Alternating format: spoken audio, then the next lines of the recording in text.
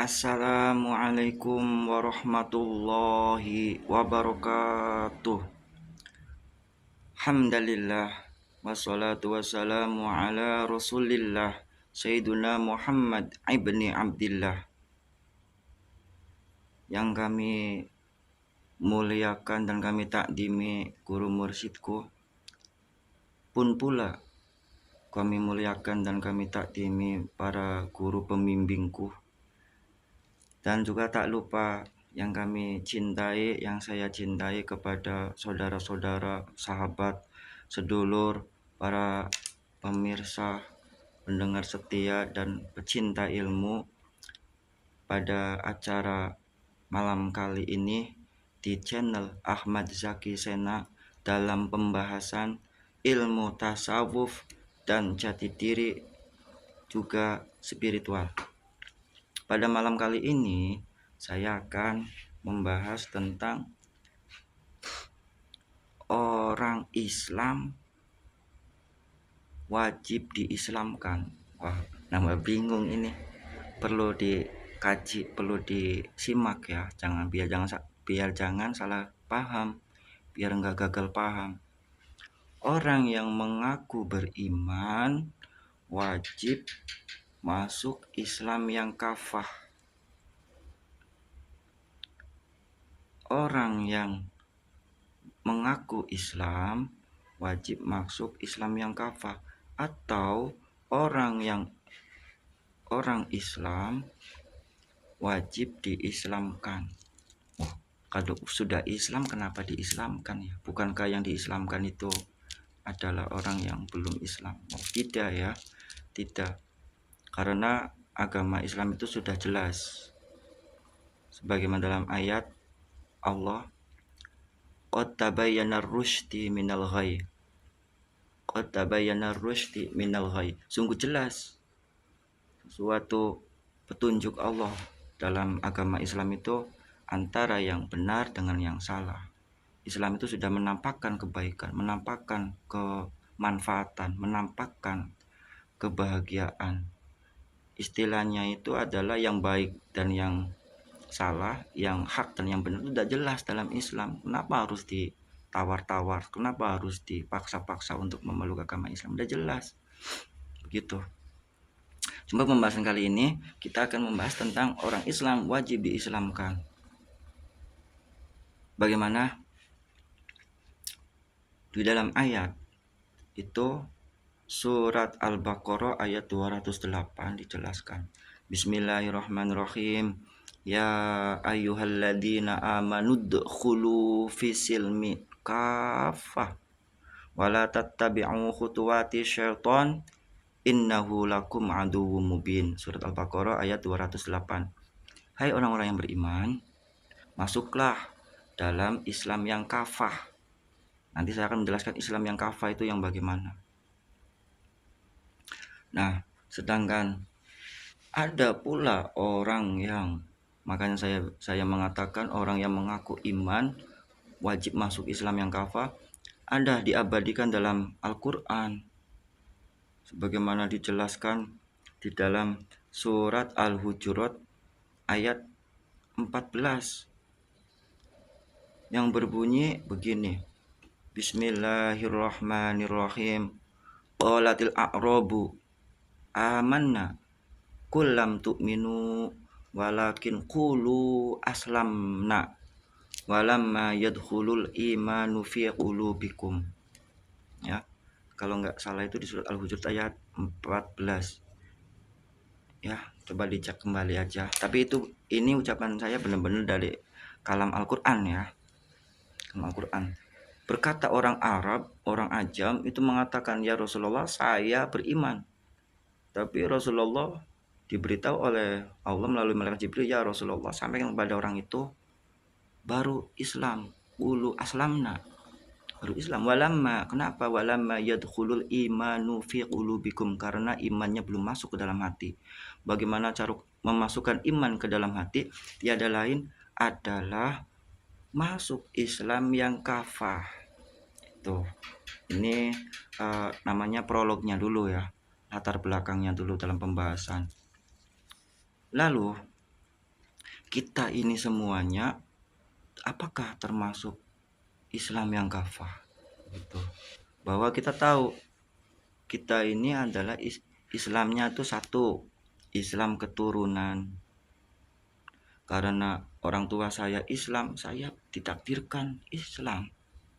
Karena lingkungan membentuknya. Terus mayoritas di wilayah sini Islam.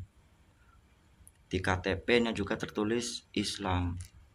Pada saat menikah, syarat wajibnya juga karena ya harus Islam sama Islam juga menjadikan suatu syarat sah wajib, syarat sah wajib nikahnya sesama Islam.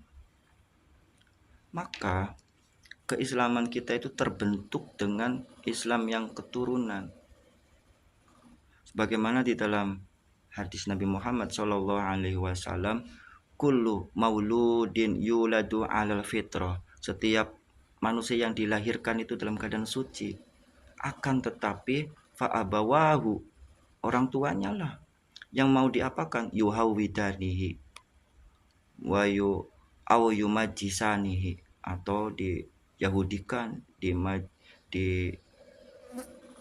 majusikan, au yunasironihi, atau di nasronikan atau dikristenkan.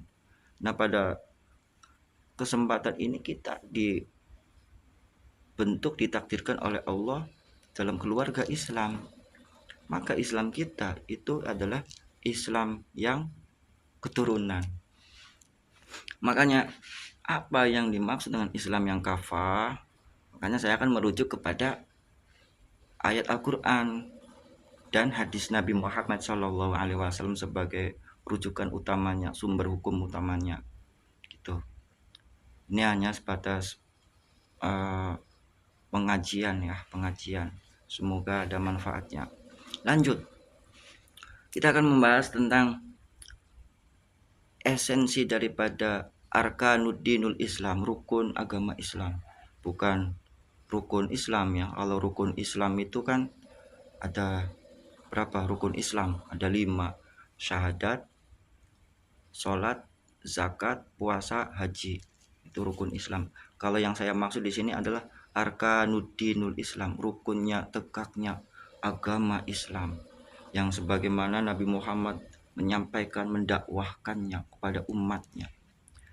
Kita akan merujuk kepada ayat Al-Quran surat Al-Jumu'ah ayat 2. Coba kita kaji, kita lihat. Bismillahirrahmanirrahim. Walladzi ba'atsa fil ummiyina rasulan minhum yatlu 'alaihim ayatihi wa yuzakkihim wa yu'allimuhumul kitaba wal hikmah wa in kanu min qablu lafi dhalalim mubin. Yang diterjemahkannya kurang lebihnya, walladzi, dialah Allah yang mengutus utusannya, yaitu Kanjeng Nabi Muhammad, fil ummiyina, kepada umat yang ummi, yang buta, ya, yang buta.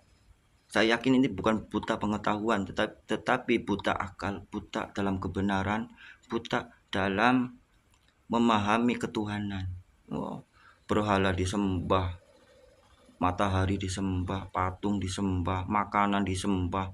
Dalam arti dibuat patung, dibuat oleh tepung, ya, dibentuk seperti orang, ya, kena matahari panas,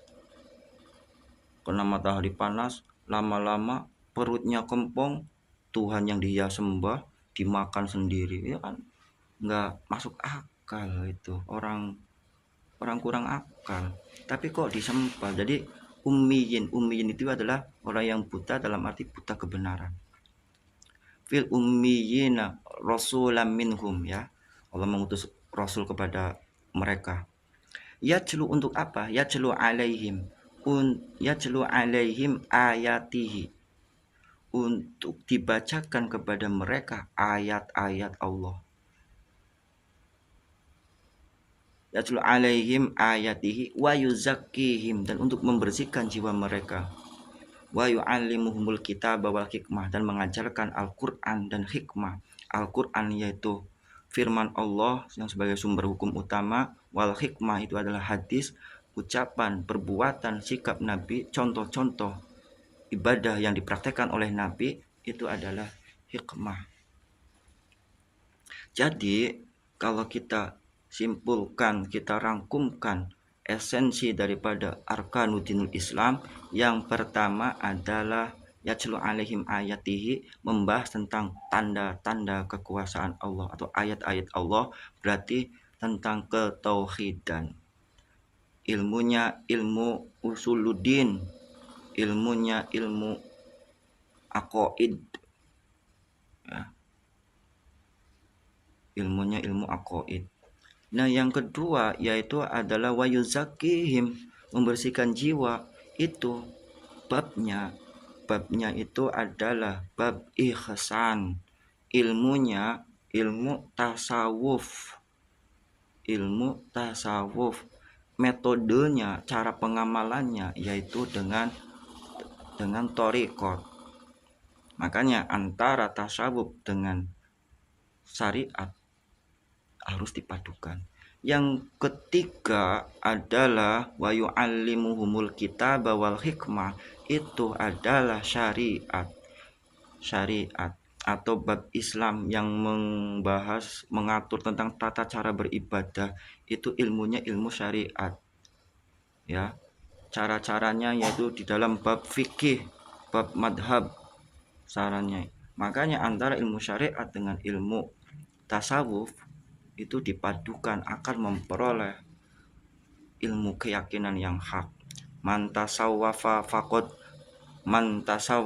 falam tafaqquh faqad tazanda. Man tasawwafa faqad tafaqquh faqad tafassak. Wa man tafaqquh faqad tasawwab faqad tazanda. Wa man jama'a bainahuma faqad tafaqqah. Siapa orangnya yang bertasawuf, tidak berfikih, maka dia telah tertipu di dalam perbuatan kesindikan. Siapa orang yang berfikih tidak menggunakan tasawuf, maka dia tertipu dalam perbuatan kefasikan. Maka siapa orang yang menggabungkan kedua ilmu itu, maka akan memperoleh kebenaran. Mungkin saya akan lanjut kembali karena waktunya sudah cukup lama. Akan sambung kembali pada pembahasan ini, yaitu tentang orang Islam perlu diislamkan. Semoga ada manfaatnya. Selamat berjumpa kembali dalam acara pembahasan berikutnya. Assalamualaikum warahmatullahi wabarakatuh.